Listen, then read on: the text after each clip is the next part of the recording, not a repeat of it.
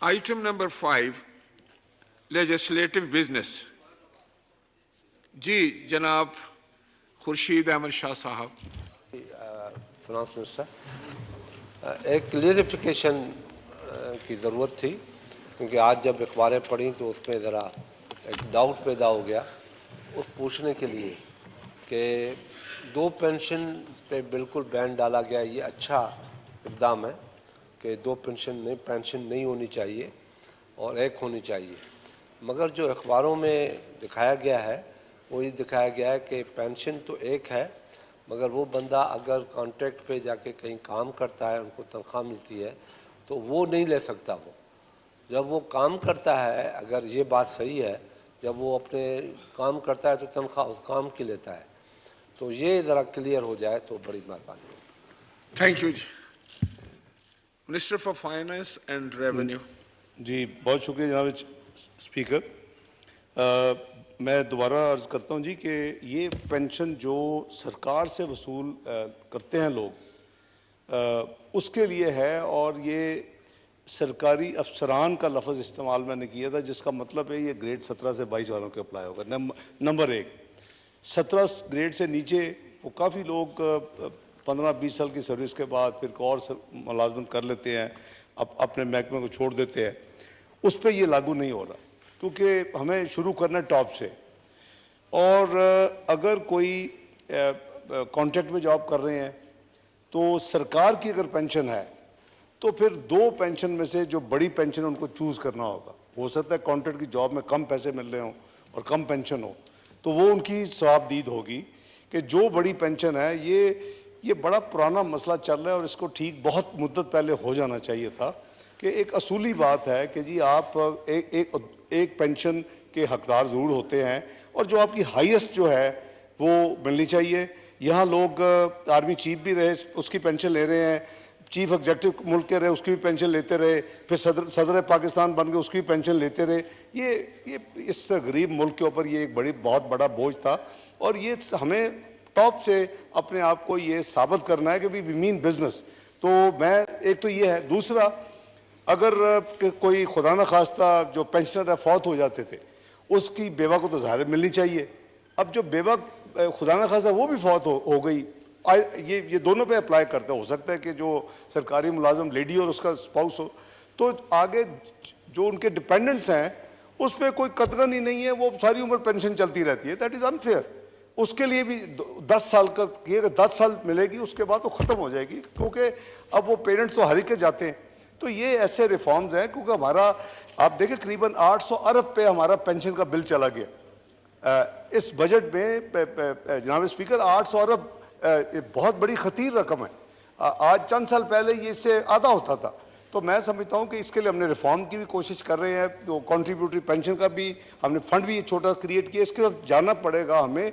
खुदा ना खास्ता ये किसी दिन बहुत बड़ा एक हमारे लिए अनबेरेबल एक हो जाएगा, क्योंकि कैश अकाउंटिंग है, उसमें कोई आपकी प्रोविजन नहीं होती कि कितनी पेंशन इस वक्त इकट्ठी हो चुकी है जो आपने फ्यूचर में देनी है। ये हमारा जो नेशनल निज़ाम है, बहुत मुल्कों में क्रूअल सिस्टम है, और पाकिस्तान बहुत कंट्रीज़ में उनमें आता है जिनमें कैश बेसिस के ऊपर होता है। जो खर्चे हो गए उसको आप रिकग्नाइज़ करते हैं अपने बजट में, जो आपने इनकम ले ली वो रिकग्नाइज़ करते हैं। ये नहीं है कि इनकम अर्न कर लिया, नहीं ली तो उसको भी रिकग्नाइज़ करना है, खर्चे हो चुका है पे नहीं किया उसको भी, तो उसको अक्रूवल अकाउंटिंग कहते हैं। तो मैं ये गुजारिश करता हूँ कि ये रिफॉर्म्स मेरा ख्याल है कि मुल्क की बहुत शदीद ज़रूरत थी, और हमने उसकी शुरुआत की। अल्लाह करे कि हम इंशाअल्लाह इसमें जो जो पेंशन फंड है उसको जितनी तेज़ी के साथ हम अपने आप को पोजीशन कर लें, तो कम से कम फ्यूचर की जो बोझ है जो मज़ीद बढ़ता जा रहा है उसको हम मैनेज कर लेंगे। बहुत शुक्रिया। थैंक यू जनाब गौस बख्श महर साहब।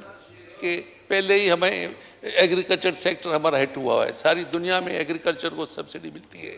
इधर सब्सिडी का नाम जो था, जो थोड़ा बहुत आज जो अखबारों में पढ़ा है और जो मिनिस्टर साहब ने एक्सप्लेन किया है कि डीएपी पर, फर्टिलाइज़र, यूरिया पर सब्सिडी ख़त्म हो जाएगी।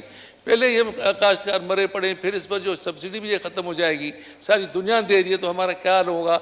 एमएफ को राज़ी करने के ये सब्सिडी तो डीएपी को इसकी ख़त्म नहीं करनी चाहिए। थैंक यू जी। मैं ज़रा इसको अच्छा मेरा ख्याल है जी कि बिल पे जाते हैं, फिर उसके दौरान आप इसका भी रिस्पॉन्स कर दीजिएगा।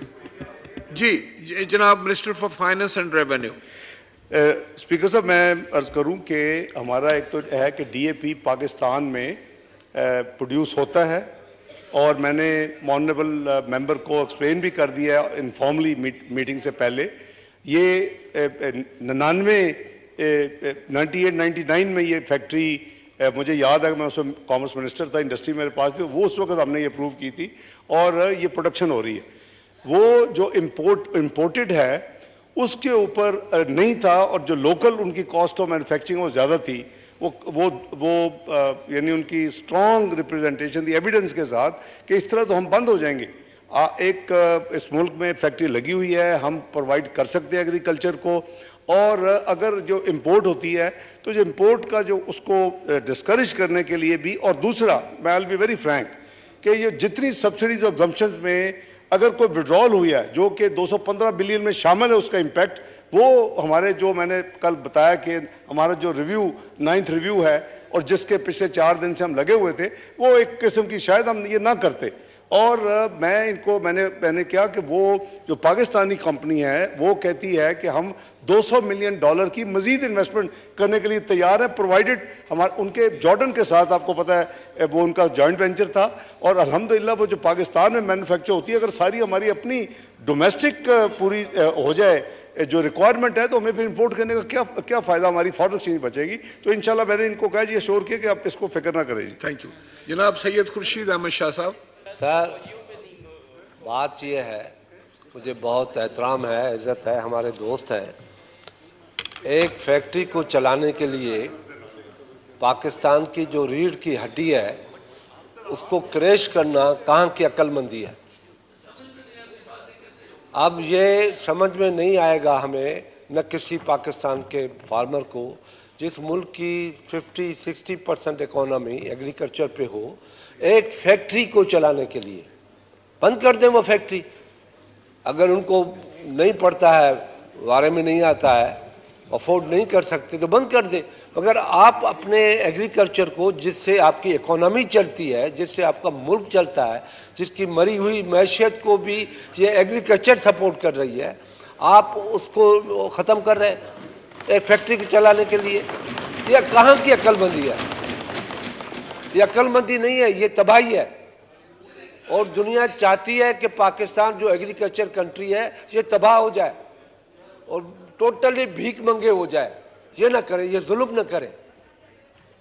Thank you ji. Minister for finance and revenue to respond. और मैं समझता हूँ जी कि इसको हम बजट के बाद बैठ जाएंगे, हम रिव्यू कर लेंगे। हम उतना ही इंटरेस्ट हमारा है पूरे एग्रीकल्चर के लिए अल्हम्दुलिल्लाह जितना किसी और का है। हम इकट्ठे हैं, शाह साहब काबीना का हिस्सा हैं, तो इसलिए कोई इसमें मेरी भी वही सिंपति है, मेरी भी वही प्रायोरिटी है।